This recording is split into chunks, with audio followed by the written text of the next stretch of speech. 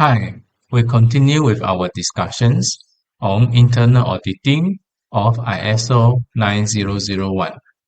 Previously, we talked about the common findings or observations by the auditors during the audits.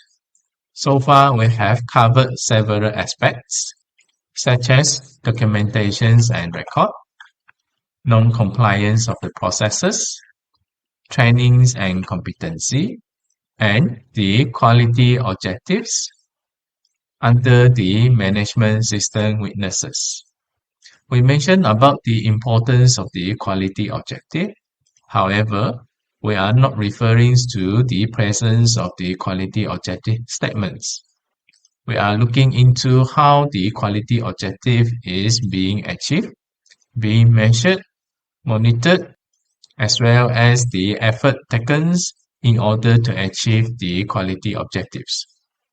Similar concept is applied to the risk assessment.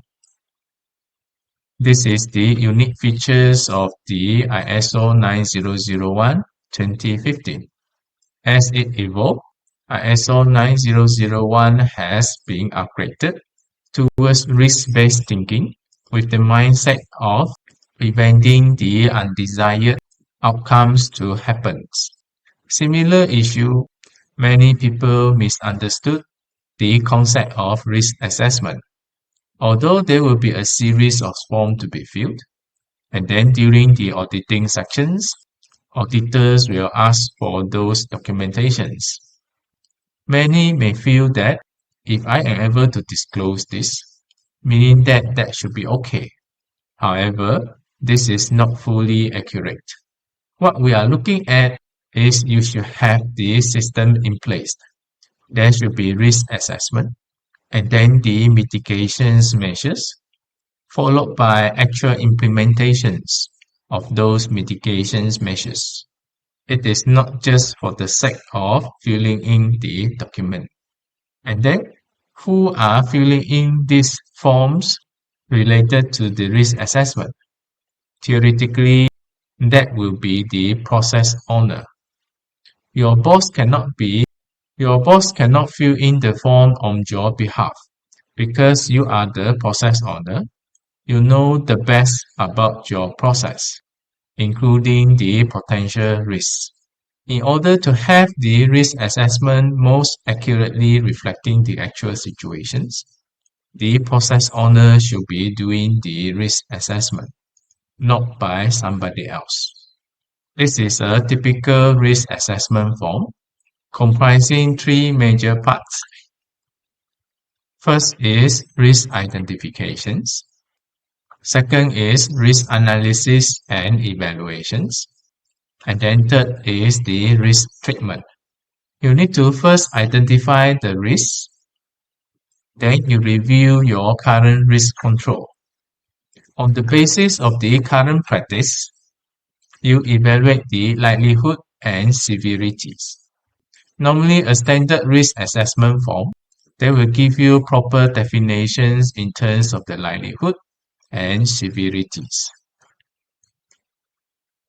Read between the lines in order for you to identify appropriate level of likelihood and severities.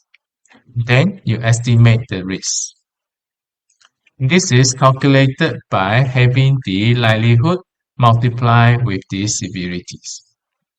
Based on the risk matrix here, you refer to the table here in order for you to determine the level of risk.